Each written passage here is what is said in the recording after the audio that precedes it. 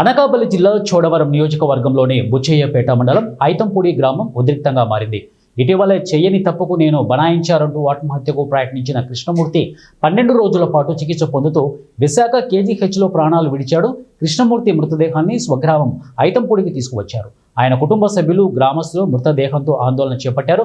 మరణానికి ముందు కృష్ణమూర్తి ఒక ఆడియో విడుదల చేశాడు. తన చావుకి 2 యువకులు బుచ్చయ్యపేట పోలీసులే కారణమని స్పష్టం చేశాడు. ఈ ఆరోపణలతో గ్రామంలో ఉద్రిక్త పరిస్థితి నెలకొంది. రాత్రి నుంచి బుచ్చయ్యపేట పోలీస్ స్టేషన్ను ముట్టడించిన గ్రామస్తులు న్యాయం చేయాలని డిమాండ్ చేస్తున్నారు.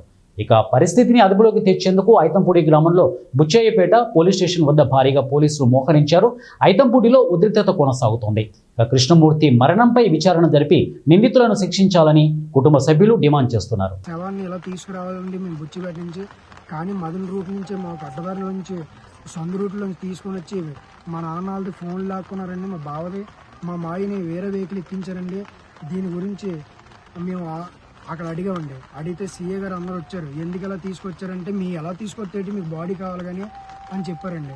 ఆడవాళ్ళందరూ అక్కడికి వెళ్తే మమ్మల్ని తోసి ఊళ్ళో అక్కడ ఉన్నోళ్ళు మమ్మల్ని ఊళ్ళో అటు సైడ్ వెళ్లకుండా అడ్డుకొని మమ్మల్ని ఇటు పంపిస్తారండి. దీనికి ఫస్ట్ దొంగతనం జరిగినప్పుడు 2 నెలల క్రితం జరిగిందండి. వాళ్ళ సొంత బాబాయ్ ఇంట్లోనేనండి, కృష్ణమూర్తి వాళ్ళ సొంత బాబాయ్ ఇంట్లో. ఆ దొంగతనం జరిగినప్పుడు ఫస్ట్ తీసుకెళ్ళి తంబేయించుకున్నారండి. తంబేయించుకున్నప్పుడు తంబలు ఏమి మ్యాచ్ అవ్వలేదని చెప్పారు. తంబలు ఏమి మ్యాచ్ అవ్వలేదని చెప్పి మళ్ళీ తర్వాత తీసుకెళ్ళారండి.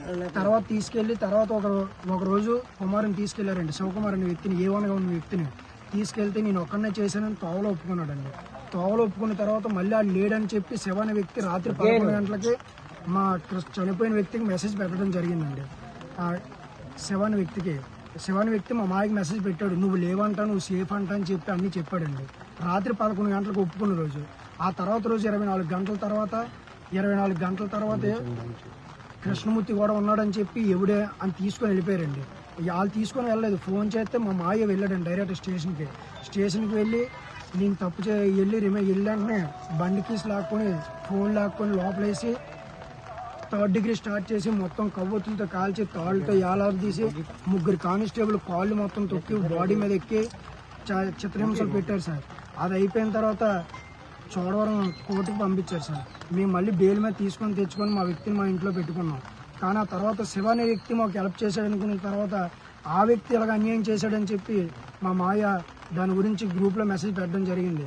ఎందుకు నా భవిష్యత్తు ఇలా నాశనం చేసావు, మేము చేయలేని తప్పుకు మమ్మల్ని ఎందుకు ఇలా ఇరికించావు అని చెప్పి గ్రూప్లో మెసేజ్ పెడితే దాని గురించి పోలీస్ స్టేషన్ కంప్లైంట్ ఇస్తే పోలీసులు వచ్చి ఇక్కడ ఊర్లోకి వచ్చి బెదిరించారండి. బెదిరించి శివ అనే వ్యక్తి గంజా కేసులు ఇరికిస్తానంటే అప్పుడు కానిస్టేబుల్ కూడా 3rd డిగ్రీ స్టార్ట్ చేసి కొట్టినప్పుడు నేను గంజా కేసులు ఇరికించమంటే ఒప్పుకుంటామంటే ఆ రోజు అన్నారు, ఈ రోజు అన్నారు ఇరికిస్తారని చెప్పి మనస్పర్ధానికి గురై ఆ రోజు 4వ తారీఖు గడ్డిమంట తాగి బుచ్చిపేట హాస్పిటల్ నుంచి ఎన్టీఆర్ హాస్పిటల్ తీసుకెళ్తే ఎన్టీఆర్ నుంచి సీరియస్గా ఉందని చెప్తే కేజీహెచ్ తీసుకెళ్తే కేజీహెచ్లో ఆ రోజే చెప్పారు చనిపోతారు ఏదేమైనా సరే అని చెప్తే 10 రోజులు అయిందండి. ఇలా జరిగిందని 5వ తారీఖుని కంప్లైంట్ ఇస్తే ఈ రోజుకి వచ్చి ఎవరు మాకు స్పందించలేదండి. కలెక్టర్ గారికి ఇచ్చాం, ఎస్పీ గారికి ఇచ్చాం, డిఎస్పీ గారికి ఇచ్చాం. ఈ రోజు వరకు చనిపోయే వరకు ఎవరు స్పందించలేదండి. ఈ రోజు ఎంతమంది పోలీసులు వచ్చారు, మా వ్యక్తిని కాపాడడానికి వచ్చారా, పోలీసులు కాపాడుకోవడానికి వచ్చారా మాకు అర్థం అవ్వలేదండి. కంప్లైంట్ ఇచ్చాం. శివకుమార్ అనే వ్యక్తి మీద, శివ అనే వ్యక్తి మీద, అర్జున్ కానిస్టేబుల్ మీద, గణేష్ చెయ్యని నేరానికి దొంగ కింద ఇరికించి డబ్బులు కట్టించుకొని కూడా ముచ్చకాల శివ అనే వ్యక్తి రాజకీయ కక్షల కారణంగా చిత్రహింసలు పెట్టాడండి. ఆ చిత్రహింసలు పెట్టి పోలీసులతో కొమ్మక్కాయి. ఎస్ఐ గారు కూడా మాకు స్పందించలేదు. ఎస్ఐ గారు కూడా ఆ కానిస్టేబుల్ని ఎస్ఐ కలిపి కొవ్వొత్తులతో కాల్చి తాళ్ళతో ఎలాడదీసి ఇవన్నీ చేయడంలో కుర్రోడు తట్టుకోలేక ఇవన్నీ చూపించాడండి. ఇవన్నీ కాల్చేశారు, నేను ఎలా బతకాలని. అలాగే 1,50,000 రూపాయలు ముచ్చకాల శివాలని వ్యక్తి వసూలు చేసి తీసుకొని వాళ్ళకి ఇచ్చాడో ఆడు తీసుకుని మనకు తెలియదు. ఇక్కడే మీ కుర్రోడిని ఇక్కడే వదిలేస్తాం, స్టేషన్ నుంచి మీకు రిలీజ్ చేసేస్తాం, ఏ కేసు లేదంటే మా మేనల్ డాలు, మా పెదమేనల్ డాలు ఇచ్చారు. మా తమ్ముడు ఏది చేయలేదు, ఎందుకు మేము డబ్బులు కట్టాలని నేను కట్టొద్దాను.